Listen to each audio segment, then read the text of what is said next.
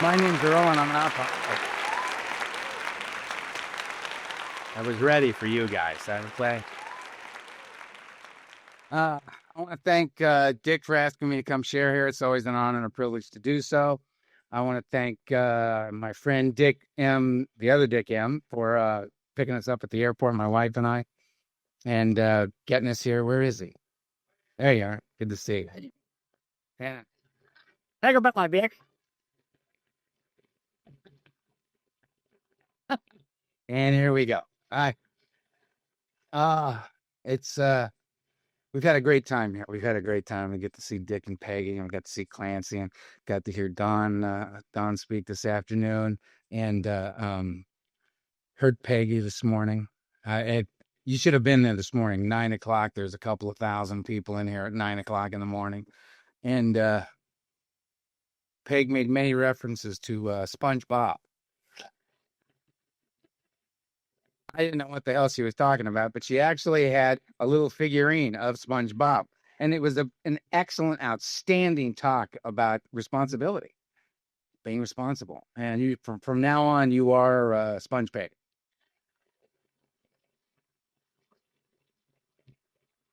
At least to me. Great talk. Oh, God. So I I didn't stop. I didn't start drinking until I was 12 years old. I held off as long as I possibly could. I had been restless, irritable, and discontented for quite some time prior to that.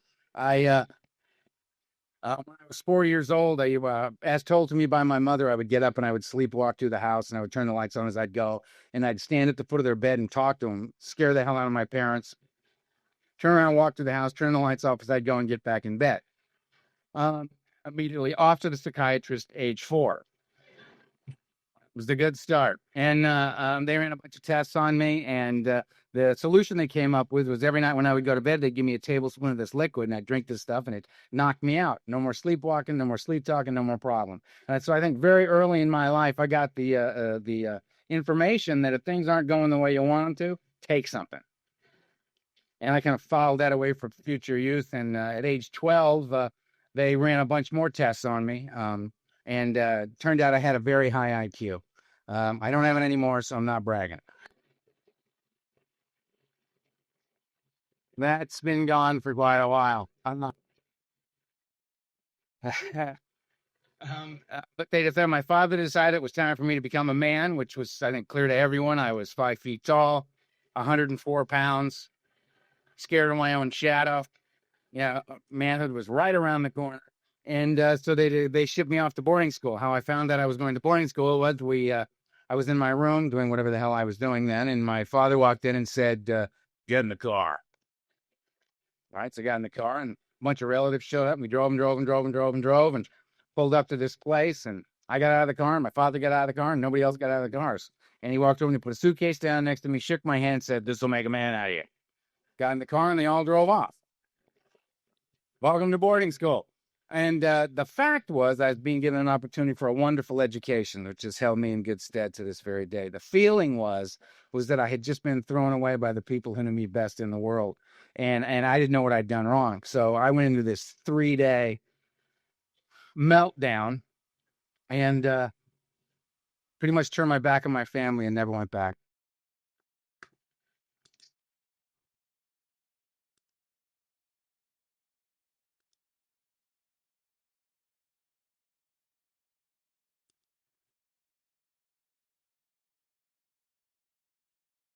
Started walking around this campus with my books under my arm, kind of not making eye contact with anybody, and Tiny found me. Every high school's got a guy named Tiny. He's like 6'4", 240. Plays guard on the football team. And Tiny said, "How you doing, punk?" And he walked up and he slapped me in the back of the head as hard as he could, sent my books flying. And I walked up and hit him as hard as I could, which had no effect on Tiny whatsoever. And Tiny said, "You got a lot of guts, kid." And he beat the crap out of me right on the spot. And as I'm taking this beating, I'm thinking, this is going pretty well.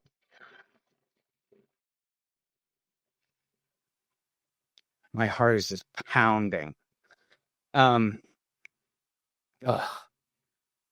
I'm overwhelmed with Alcoholics Anonymous is what it is. I mean, I was just sitting here and I was just doing what I do all the time, which is come to these conferences and I sit down and they do the deal and we go through the drill and you get up and you tell your story and then you sit back down and we all go on about our business. And I was just sitting here and I was just seeing all the different people from all the different states and all of the just, I wish you could see this from up here. All these people, man, it's a room full of dead people sitting up looking at me. And I just, you know what I mean? And listening to Pay this morning and listening to Don and then having dinner and Clancy was there and talking and it's just it's an overwhelming thing, the power of this thing. It's just an absolutely remarkable thing. When I start talking about my childhood and this my particular story and the steps that I took and how my life led me and God led me to you, I'm just completely overwhelmed with how something like that happens. I'm just overwhelmed by it. So anyway, I uh, um, I took this beating from Tiny, which I thought went pretty well, and I went back to my room, you know, with knots all over my head, waiting for the bleeding to stop. And word spread across this campus like wildfire. Watch out for this little Hightower kid. He's a maniac. He attacked Tiny.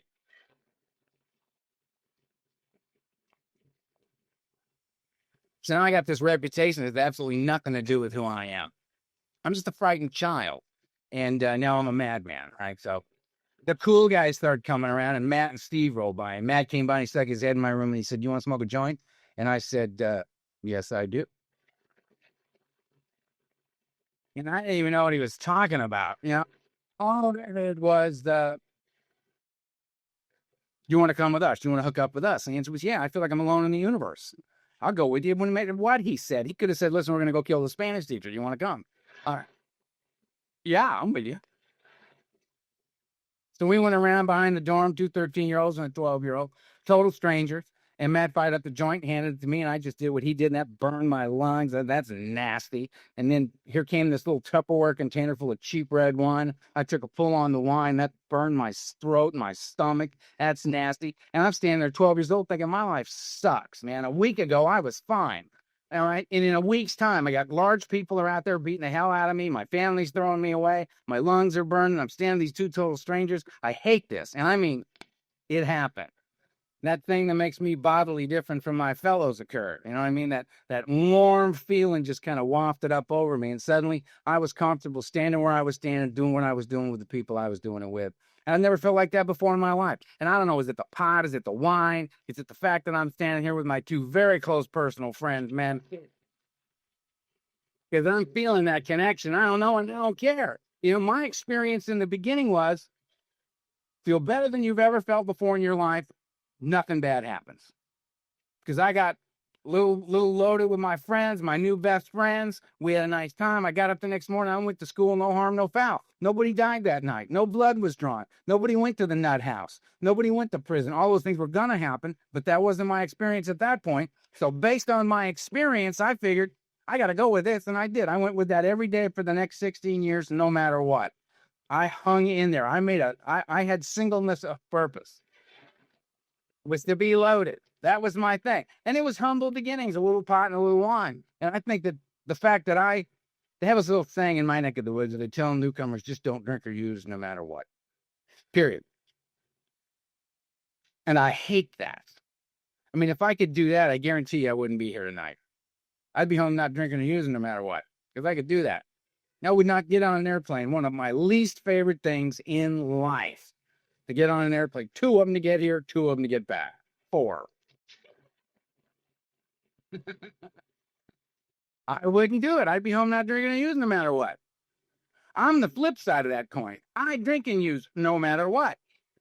Given a good reason, I don't stop. Problem drinker goes for the judge one more time and is told, you get another 502, another drunk driving charge. You're going to do a year in county. No more conversation. You just do it. We'll talk when you're done.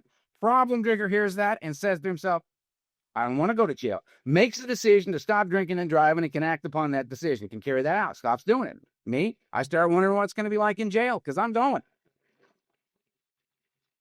I just appreciate the information.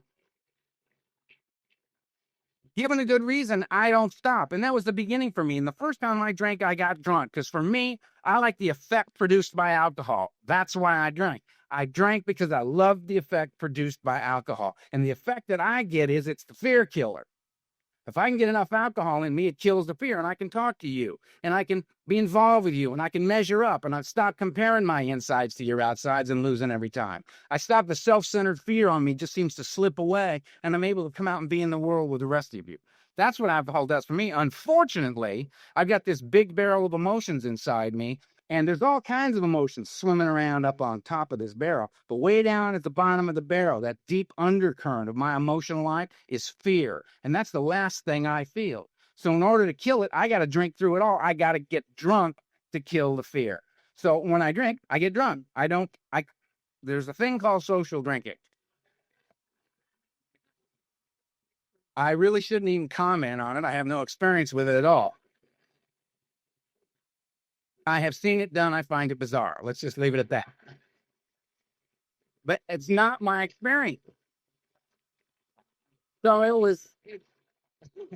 it's humble beginnings for me. Little pot, little wine, 13 pills. The only reason I took a pill is I was hanging out with these guys. This guy said, "Would you like a couple of pills?" And I said, "Well, yes, I would." Couple of pills, 20 minutes later, I'm laying on the floor, very happy there.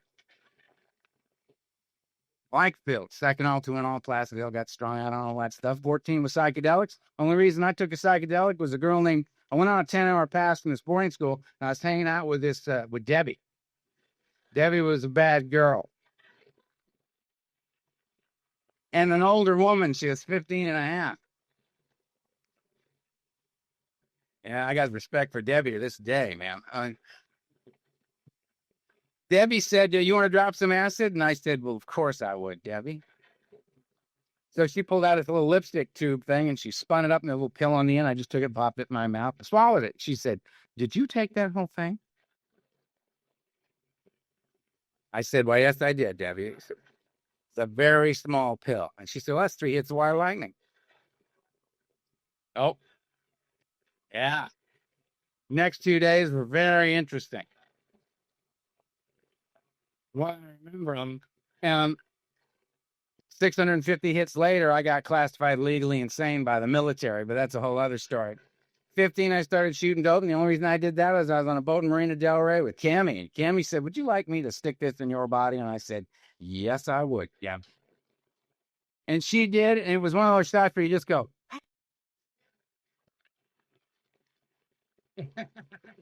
And on the way down, we're thinking was, if I'm not dead, I'm doing that again.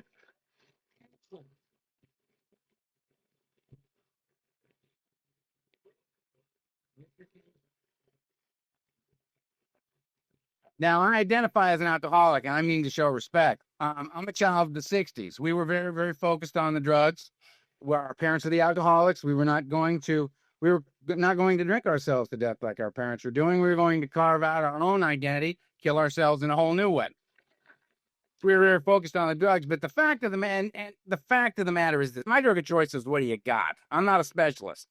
It's all anti-Earl medication. If I get enough of what you got in my body, it'll kill the fear, and we can all go on forward. The problem with all of that, any information I have about my life is in retrospect. I never know what's going on when it's going on. It's always, oh, that's what was going on back then. And the drugs would come and go. You know what I mean? There was nothing. The only thing that stayed on the table every single day was alcohol. There was always a fifth on the table. And the reason for that, in my opinion, was that alcohol is reliable. Drugs are completely unreliable. There's no quality control going on out there. You do not know what you've got till you get it in your body. You don't know. You get yourself a fifth of Jack Daniels, you go get yourself a quart of gin, you know what you got here. You're going to be okay. I could relax into whatever else was going on as long as I knew there was a bottle there. That was my best friend. That was the thing that I relied upon. You've done so much cocaine, you can't get your mouth open anymore. And it's 7:30 and you completely overshot the mark one more time. You suck a little gin through your teeth and loosen your right up, and you can go on with the party. You're all right. Alcohol is reliable. It's the big dog. And in the end, for me, it was all about alcohol. All about alcohol. Because in the end, I was dying. In the end, it was I needed my medicine, and I needed it now, and I needed it to work, and I didn't have time to play around. So in the end, for me, alcohol was all it was about. I just used 3 or 4 grams of cocaine a day just to keep me on my feet so I could drink the way I needed to drink. That's what it was about.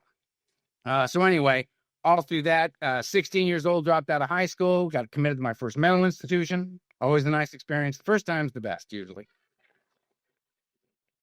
Ended up my first nut house. They wanted me for 3 months of observation and a year of rehabilitation. I thought that was a little excessive.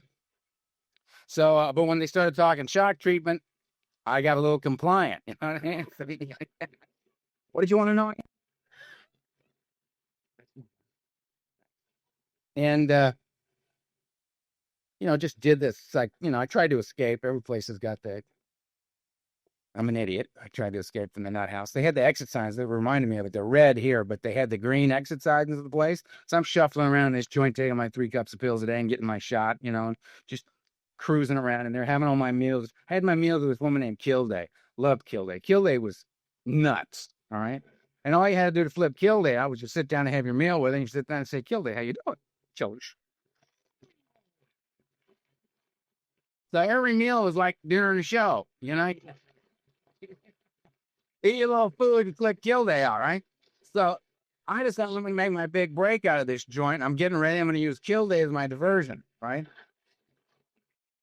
So I get everything. I'm going to make my break for that door, and I get Kilday, flip Kilday out and head her that way. I'm ready to go.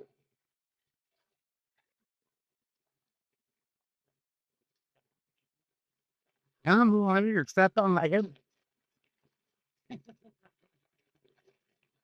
Yeah, it's a shocking moment, man. When you realize those 3 little cups of pills, man, all you got slow and stopped. From the nurse over the loudspeaker from the nurse station, you hear, Ed, when you got a minute, you want to grab Earl? He's making a break for the door. Ed's in there having a sandwich going, yeah, I'll get him in a minute. Yeah.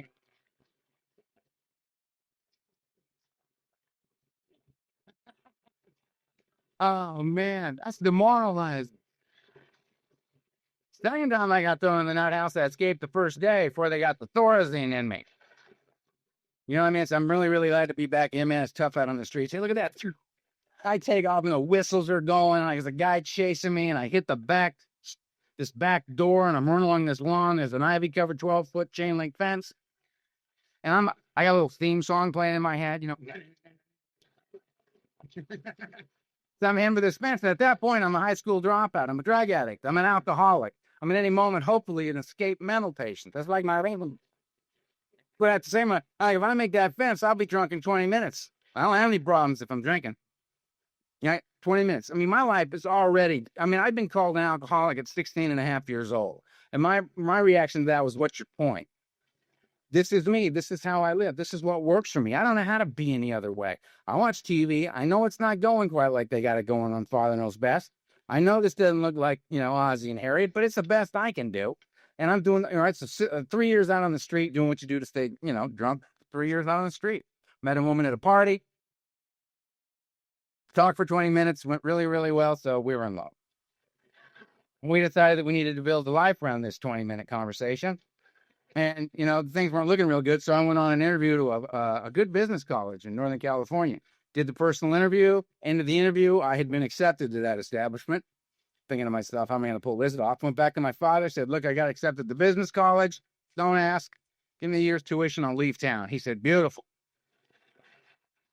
Gave me the money. Rosemary and I piled 8 pounds of hash and all our belongings in the back of this truck and drove to Northern California for higher learning. And she got a straight job. And I went to college, and I went to get my high school diploma while I was in college. It's amazing when you hand them a year's tuition. Say, here's a year's tuition. The transcripts are in the mail. They say, no problem. So I'm doing this deal, and I've become a drug dealer. And I have absolutely no problem being a drug dealer because I have no morals. I have no ethics. I have no sense of family. I have no sense of community. I'm just out there on the loose like this little maniac running around. And I got this drug business going on. I'm studying marketing and production and distribution. I'm business college. I'm flying to my business. Business is booming. I think this is terrific. Rosemary lives with me for about 6 months, and she starts saying things like, I'm too high. And in my opinion, if you can say it, it's not true.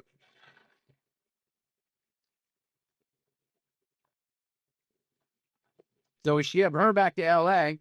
I'm doing my thing. Turned 20 years old. Turns out I have malignant cancer. Of course I do. So I fly back to LA. They do major surgery on my back. They prepare me to die. They prepare my family for me to die. And I remember thinking, you don't even know who you're talking to. The way I'm using this is coming up like twice a week. This could die. Yeah, whatever. So I do the little nuclear medicine thing, and that's boring. So I leave and I go home and I just get loaded the way I get loaded.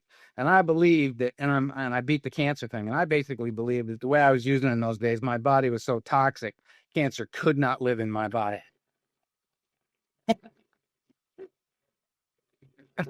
Cancer just, no, we're not doing this, guy.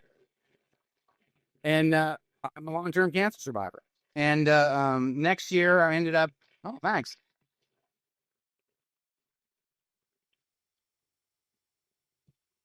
Love to take credit for that, but as you can tell, I can't. I was contrary to everything everybody had to say. So I ended up back in school. My mother called me, 21 years old now.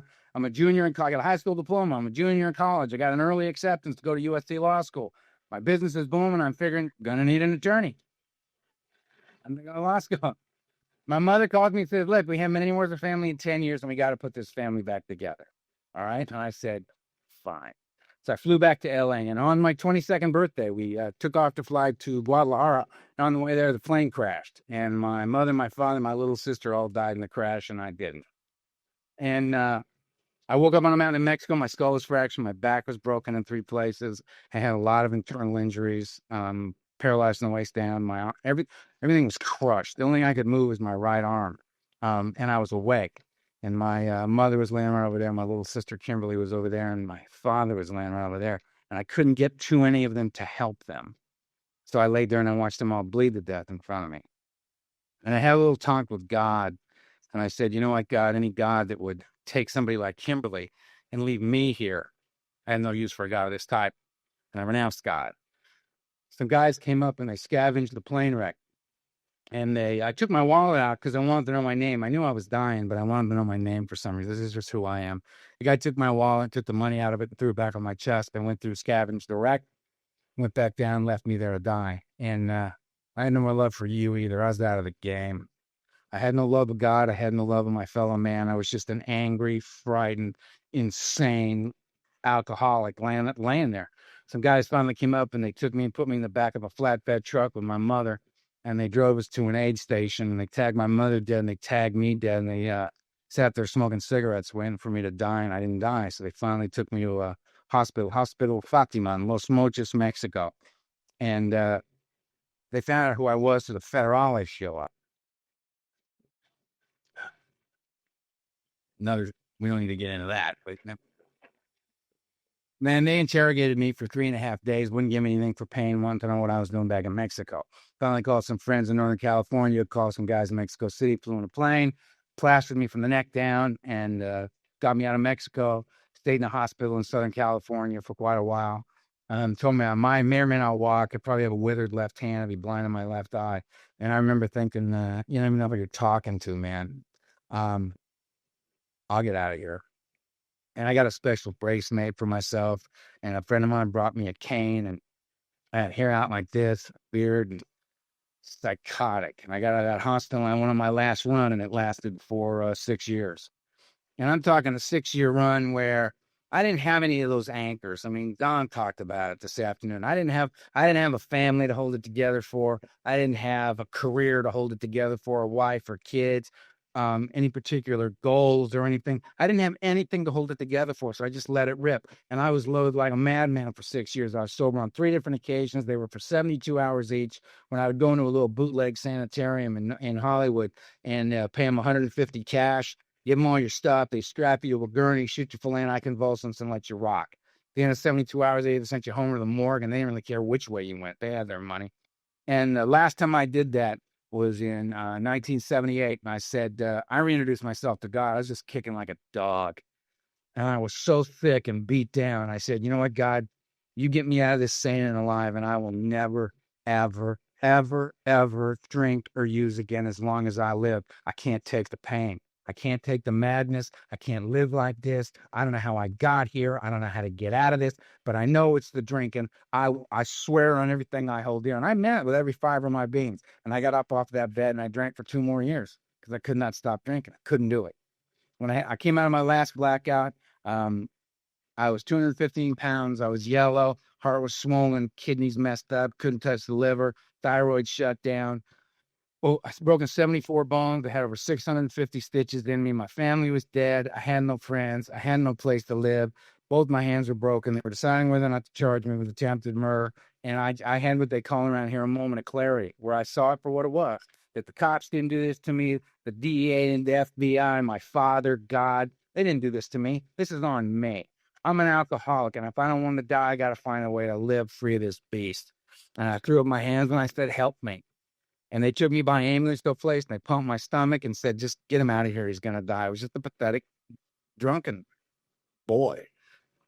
And they took me to another place, kept me 5 days. I got worse, and they took me by ambulance to a place there in Long Beach under the care of a Dr. Vicky Fox, who saved a lot of alcoholics like me. And I stayed there for 17 days of detox and then 30 days on a free bed. And how you earned your cot was you stayed in it. There were 21 cots on each side of the room with sheets drawn between them. And you kicked. And if you threw a seizure, they'd just hit you up, shoot you full of anticonvulsants, and throw you back in the cot. You know what I mean? And if you didn't want to do it, just get up and leave. There's a line of guys literally dying to get one of those cots. And I hung on to that cot for everything it was worth. And when I left there, they said, if you don't want to die, you better go to Alcoholics Anonymous, because it's the only place a guy like you has got a shot. And I had been beaten into a state of reasonableness by alcoholism. And I said, okay. And I walked into the basement of a church on a Friday night. I was just talking to Clancy about it at dinner. The Tri-Guide group in Culver City. And I walked in the basement of church Friday night, 8:30 meeting. And I sat in the back of the room with my arms folded, my best tough guy look on my face, mad dogging everybody. Because I was physically stone cold sober, but my alcoholism was in full effect in my mind. I was still thinking like the guy that was out there on the street. So I sat in the back of the room, my arms folded, and I checked the doors and the windows. I looked around the room trying to find out who's got the juice in here, who's got the power. I'm going to slide up on you. I'm going to burglarize your conversations. I'm going to find out what the deal is in here, and then I'm out. That was my plan. I sat in the back, and people looking at me, it was just, what? What do you want? But every meeting's got a new guy who's just caught fire with Alcoholics Anonymous, and he's going to give it away tonight. He didn't see the looks I was giving him, and here came Vegas. Vegas Annie, with 9 months, coming right at me. Hand out, smiling, excited to just see new guy. Right? And he's not having it. He just comes up and says, hi, my name's Vegas. I'm an alcoholic. And I said, so what?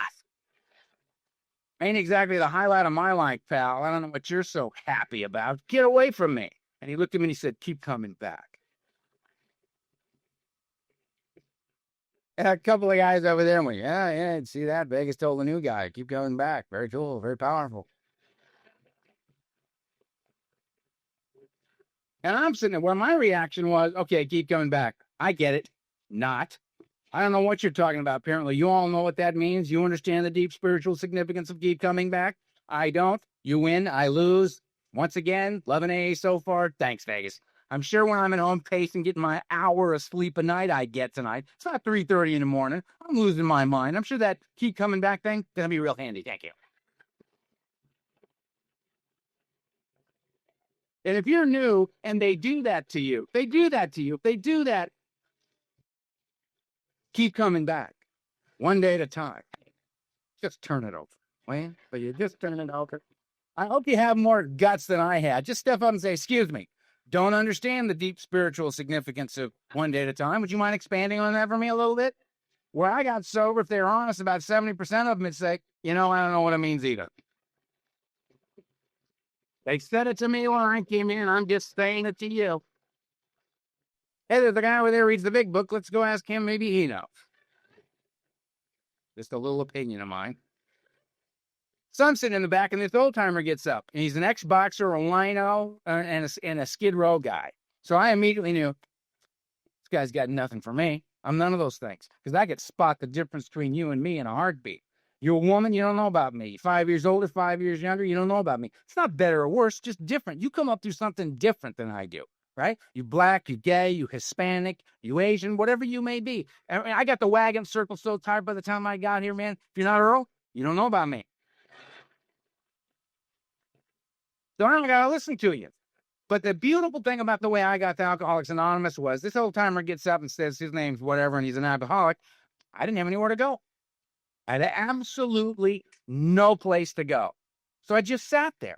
And this guy talked openly and honestly about his feelings as a man. And he did it with this grace and this dignity that I had never seen before. I'd never seen anybody do that. And it was profound for me. This guy, the way he talked and what he was talking about was profound for me. None of it was sticking, but just the experience of him was remarkable for me. And then it was like he looked right at me and said, you know what? I don't care whether you like what I got to say or not. You don't like it, go to another meeting. And I loved that because it made it clear to me he's not selling me something. He's sharing it with me. If I want, I can have it. It's for free. Don't like it? No problem. Go to another meeting. Maybe you'll hear somebody you can identify with. And I thought, that's cool. Now, I thought that with a look of absolute disdain on my face. Thinking, right. Inside thinking, cool, I'm coming back. I'm coming back, but I can't let anybody know how I'm feeling. And I've never left you. One day at a time, I've been coming back, and I'm over 22 and a half years sober now. And I can stay sober for that.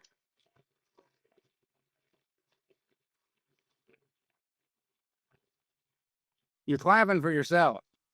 Because I guarantee you, none of the success of my being able to stay sober for over 22 years has anything to do with as Earl sees it. There isn't any. Everything that I have that's of value, I got from the men and women of Alcoholics Anonymous who came before me. So I started back and I kept coming to meetings, and y'all suggest things to us newcomers when we're in the meetings. They go, you got a sponsor? No. You need to get a sponsor. Okay. The hell is it? Sponsor somebody who's got what you want.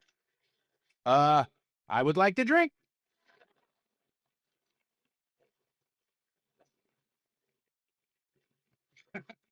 Maybe it's a little early to be throwing the ball back in my court.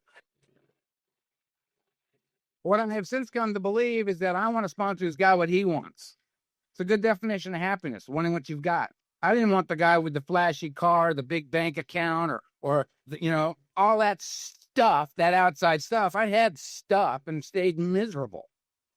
I wanted the guy with the light beams coming out of his head. I wanted the guy with a passion for living. I wanted somebody who could feel strongly about something because I'd lost the fire inside me. All the passion in me was gone. There was just a pilot light flickering inside. And I've met this insane madman, the late, great Donald Madden, who was my original sponsor.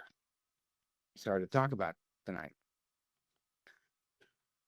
Donald Madden didn't tell me about Alcoholics Anonymous. He showed me. He didn't ask me to become a member of Alcoholics Anonymous. I went to him destroyed, and I asked him to be my sponsor. And he said, you don't have to like what I tell you, and you don't have to think it's a good idea. You just have to do it.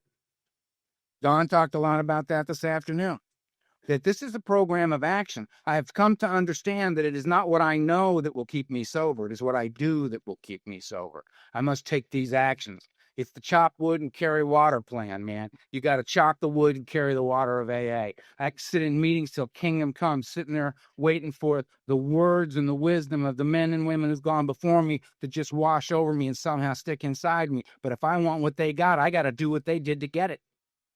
I got to do what they did to get it. And I wanted to be a free man. I've been a slave to alcohol and drugs since I was 12 years old. And I wanted to be a free man. And I was sitting in a meeting of Alcoholics Anonymous with alcoholism in full effect. The obsession of my mind was in full effect. And I went to this guy, Donald Madden. He said, he'd call me up and he'd say, we're meeting at Ohio Street. We're taking over the meeting. Be there at 7:30, click. He never called him and said, Earl, would you like to go to a meeting? How do you feel about a meeting? If you have a little extra free time, would you pick Ed up on the corner of 6th and Santa Monica? He'd appreciate it. If not, just let me know. We'll get somebody else. He just said, go to the meeting. Pick Ed up, bring him to the meeting. He just, I thought, nobody ever asks me anything around here. Nobody wants to know what I think. I actually said that to him once, and he just looked at me and smiled, and he said, that is correct.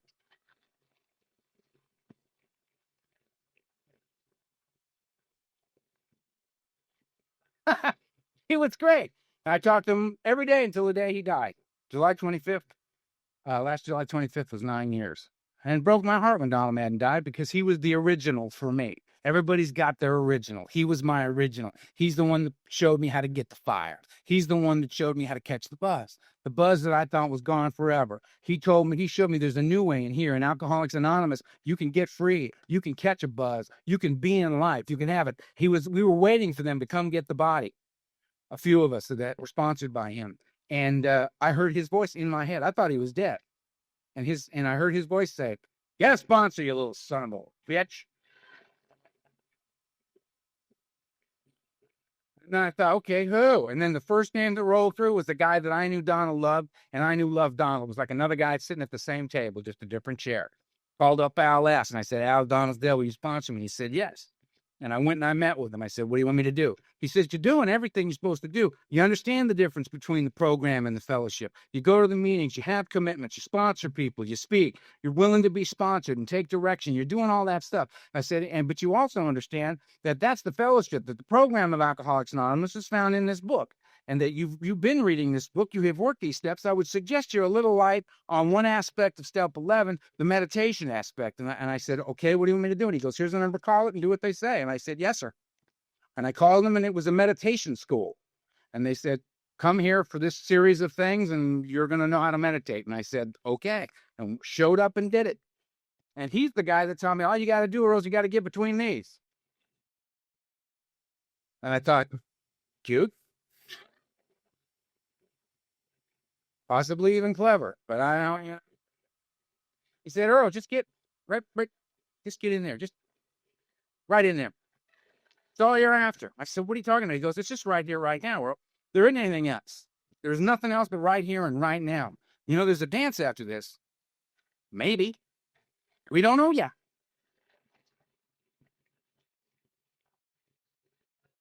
We don't know. We don't know, right? There are some good speakers. It's done. It's done. It's done. There's now. This is all we got. This is the only place that I can know any dignity as a man. This is the only place that I can love and be loved. That thing I swore on that mountain in Mexico I would never do again as long as I live. I would never be loved. I would never let you love me. I'm never going to tell you who I am. There's no way you're going to love me. And I'm not going to love you. I'm out. I'm out." I carried that well into Alcoholics Anonymous. You guys picked my pocket like a thief in the night. You told me that coming to Alcoholics Anonymous and working these 12 steps and being involved in the fellowship and working with newcomers, despite what my head said, taking the action of doing that and getting out of self and being of service to others, you told me if I did this, that I would have a pretty good chance of not drinking or using anymore. You told me in the first sentence of chapter 5, which we read tonight, rarely have we seen a person fail who has thoroughly followed our path. And I thought, okay, I will roll the dice of my life on your game. And all I want is to not drink or use anymore, just to make it so I don't have to go back into madness. That's what I want from you. Will you give me that? And you said, sure. You didn't tell me that you were going to do so much more. You didn't tell me that. You didn't tell me you'd give me right here, right now back. You didn't tell me that you'd give me life, the only place I can live it, back. And you did. It was rude of you not to mention it. That's what would happen. I mean, my whole thing was, I like heroin. I like alcohol. I like barbiturates. These are a few of my favorite things, all right? My idea of a good night sitting around checking my pulse. That's a good night. But if you don't have that, I'll take the cocaine. I'll take a big bag of the cocaine. Sure, let's shoot the cocaine up and drive around the freeways, decoding license plates. Sure. That's fine. The point is, up or down, irrelevant. I just got to get out of right here, right now. Because right here, right now, I'm self-centered and I'm afraid. Right here, right now, I'm comparing my insides to your outsides, and I'm losing every single time. I can't live in the pain and the isolation and the loneliness of that, so I must get out of here. Alcoholics Anonymous gave it back, where I get to live my life. I get to be in this room with you. Something I could never, ever do. This is the only place a life for me like this is going to happen. What's fascinating about that for me is that I get right here, right now. It's this duality of life. That I work through the 12. There's this triangle with a circle, right? Ancient spiritual symbol, mind, body, and spirit, brought together as the whole human being. And therein lies the balance I've sought my whole life and never had drunk or sober, ever. Alcoholics Anonymous adopted that symbol. It's the same thing. Unity, service, and recovery. Unity is the body. I bring it here. I could not get sober, but we can together. If I'm with my fellows, I seem to do okay. I can't know that I'm changing, but I can see it in you all the time. This guy's changing. That's really remarkable. I seem to be doing the same thing he's doing. Possibly I'm changing as well. I certainly seem to have a better class of problems today than I used to. The recoveries of the mind, the greater aspect of my disease. This isn't about stopping drinking and using. Yes, we do not drink and use here. If we weren't so stringent upon that one particular item, I think A might be a much bigger outfit. But this isn't just about stopping drinking. It's how do I stay stopped? The only way I can stay stopped is to be comfortable sober. If I can't get comfortable sober, planets are going to line up one day just right, and I'm going to get drunk. So I have to be relieved of the thing that makes it impossible for me to be comfortable sober. The obsessive nature of my mind as it relates to alcoholism. This voice in my head, the book tells me the persistence of this illusion, this belief in a lie that I can drink like a normal man is astonishing. Many of us pursue it to the gates of insanity and death. I'm a gate guy. I got to stay here. I got to get comfortable sober. And this, how do you get relieved of the obsession of mind? Work the steps. Step 4. Step 1, what's the problem? Lack of power. What's the solution to that? Power. Step 2, power greater than myself that will restore me to sanity, soundness of mind, relieve me of the obsession to drink. What should I do about that? Step 3, get down on my knees and turn my will and my life over to the care of a God I may or may not understand. My understanding is irrelevant. My approval is not required. Just do it. I do it. 4 and 5 is me, 6 and 7 is God, and 8 and 9 is you. Nobody else to play with. 4 and 5, I swallow large chunks of truth about myself. Me, it started. Notice the order of these. Get it straight here. Where am I standing today? I want to get from A to Z. Got to determine A first. If you can't call somebody up and say, how do I get to Burger King? Well, where are you currently? I don't know. They're going to have a little problem telling you how to get to Burger King. I got to do 4 and 5. I got to look at where I'm standing. 6 and 7, hook it back up with God. Ask God to remove the defects of character because I'll remove the wrong stuff. I'll get into a little negotiation on that. 8 and 9, hook it back up with you. Very, very sorry, back in the house. None of these big, long, hey, wait, you're going to love me. I'm on a spiritual journey. I'm making amends. Have a seat. I'm going to wow you now with this. No, very, very sorry. Here's your money back in the house. 10, 11, and 12, keep me in a process I had just scratched the surface on. 10 me, 11, 12, 11 God, and 12 you. Same thing. I continue to take personal inventory, and when I'm wrong, promptly admit it because I'll create resentments left and right. I'll fester and I'll die. Sitting in a meeting, Alcoholics Anonymous. 11, seek God. How? Through prayer and meditation. What do I pray for? Knowledge of His will for me and the power to carry that out. Why do I meditate? To quiet the mind so that when the answers come, I can hear them. Having had a spiritual awakening is the result of doing that, having been restored to sanity, soundness of mind, relieved of the obsession to drink and use, the beast no longer whispering in my ear as I'm cleaning up Ohio Street, Third side of the triangle, service. I can be a service. How can I help? Not because I'm a good guy, because I don't want to die drunk. I don't want to die drunk. So I'm of service to other people. And suddenly, as I'm focusing on not drinking and using, and I'm helping this guy out, I'm going there, and this life seems to happen. And suddenly I call my sponsor one day and I say, Donald, something terrible has happened. And he says, what is it? And I said, I love you. And I was serious. This is not good. Because now, if he's there, if he's not there, I care. I care. What the hell happened? And he just said, oh, I know. Click.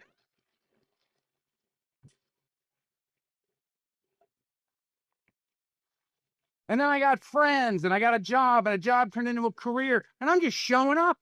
I'm calling up my sponsor. I'm talking to the guys that I'm hanging with sober. I got clear minds around me now instead of these maniacs I'm running with, right? And life starts to happen because I'm out of the way. I'm not in the way. And this life starts to happen. Now I got this amazing life.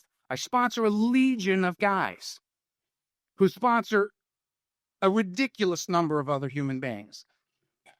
Right? I had this life. It's like, I talk to my wife all the time. It's like, my life seems to have set up. I cannot escape you now. I don't know how it would happen, but I'll be thinking, you know what? I'm sick. I'm tired. I've had it. I need to take a few days off. The phone rings. Yeah, right, Louie. How are you? All right. All right. Well, here's what we're going to do. You're just always around. You're always there. And I have to be with you all the time. And so I've like tricked myself into this life. And if you're new, congratulations. We understand.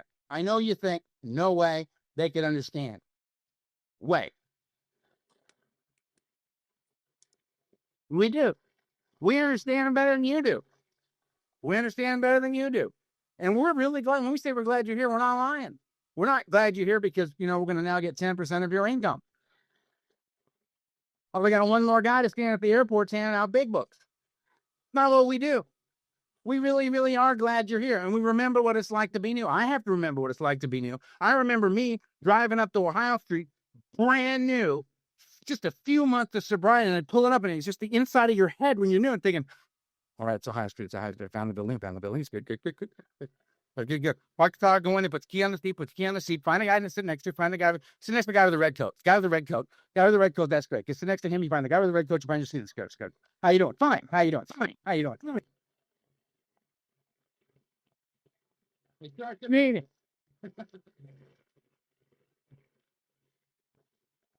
It starts the meeting and you're sitting in your little chair, The guy, he's up. What's he doing? I don't know what he's doing. I didn't get any of that thing. The guy, he's up. He rarely saw something. Okay, he rarely saw something. Rarely saw something. 12 steps in A, 12 things in A, 12 things, ABC, 12 things in ABC. He's down. You all that, 12 things ABC, 12 things ABC. I got to hang on to that. I got to try to hang on. He's down. He's up. He drank. I drank like that. I love that guy. That guy was great. Where's he going? I like that guy. We're winning. They're passing the basket. Don't take the money. Don't take them.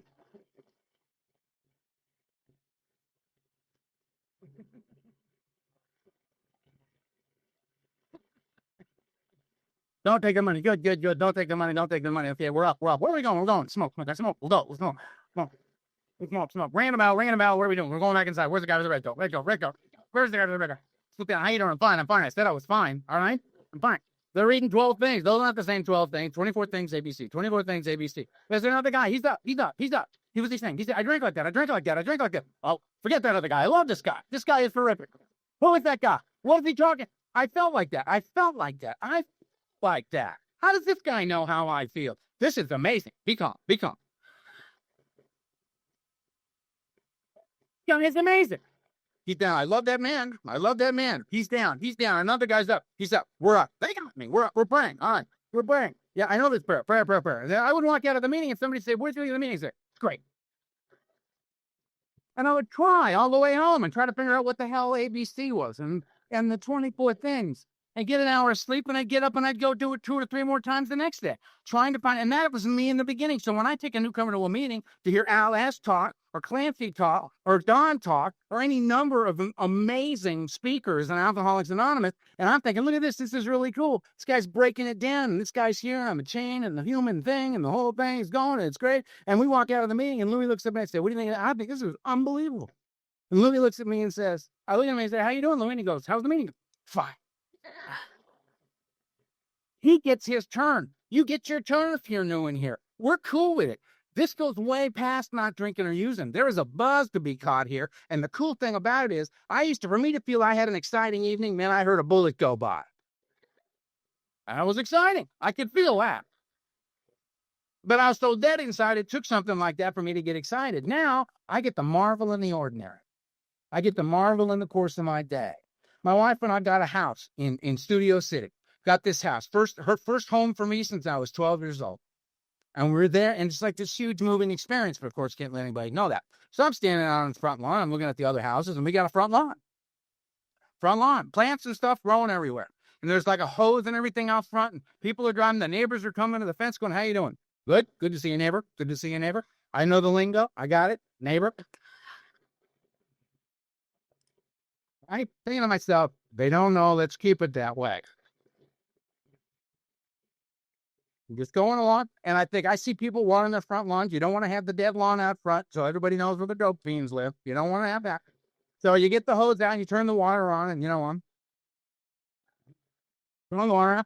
All of a sudden, I'm having this little moment. The light's coming through the trees on our street, these beautiful sycamore trees, and there's water on the leaves, and it kind of do a little prismatic effect, and it's just kind of looking kind of very cool. And I'm just kind of settling into this, and I'm thinking, this is cool. This is very cool. I'm liking this. And suddenly it occurs to me, I'm not mistaken. Plants are alive. And if I'm also not mistaken, plants breathe in carbon dioxide and out oxygen. I'm standing right over here. breathing in the oxygen and breathing out the carbon dioxide. We got a little thing going here. This is nice. There's a little more water for you, my brother. There's a little for you, my sister. I'm catching a buzz on the front lawn. I run in the house to my wife and go, "Hun, come on." She says, "I know, darling. You got some more friends in the backyard. Why don't you go play with them?" I'm in the backyard. Guy driving down the street sees man on front lawn watering plants. Now what's happening? Alcoholic on front lawn catching big buzz. That's what's going on. You may have to stand in line. I get to. The power of choice has been given back to me. I get to decide the way it's going to be. I get caught in traffic on the freeway. More music for me. Get on the cell phone, start talking to my friends. What are you doing? Hanging out in the car. Why? Do I need a reason? I'm just here. There's cars in front, cars in back. I'm here. It's all right. None of these people behind me are after me.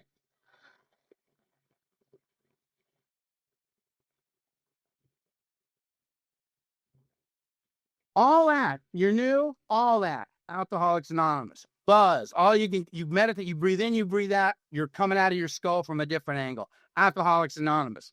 Right between those. Big buzz. Today, now, peace, joy, purpose, value, friends, loving, being loved, hope for the hopeless man. It's an absolutely phenomenal deal. If you're new, come on.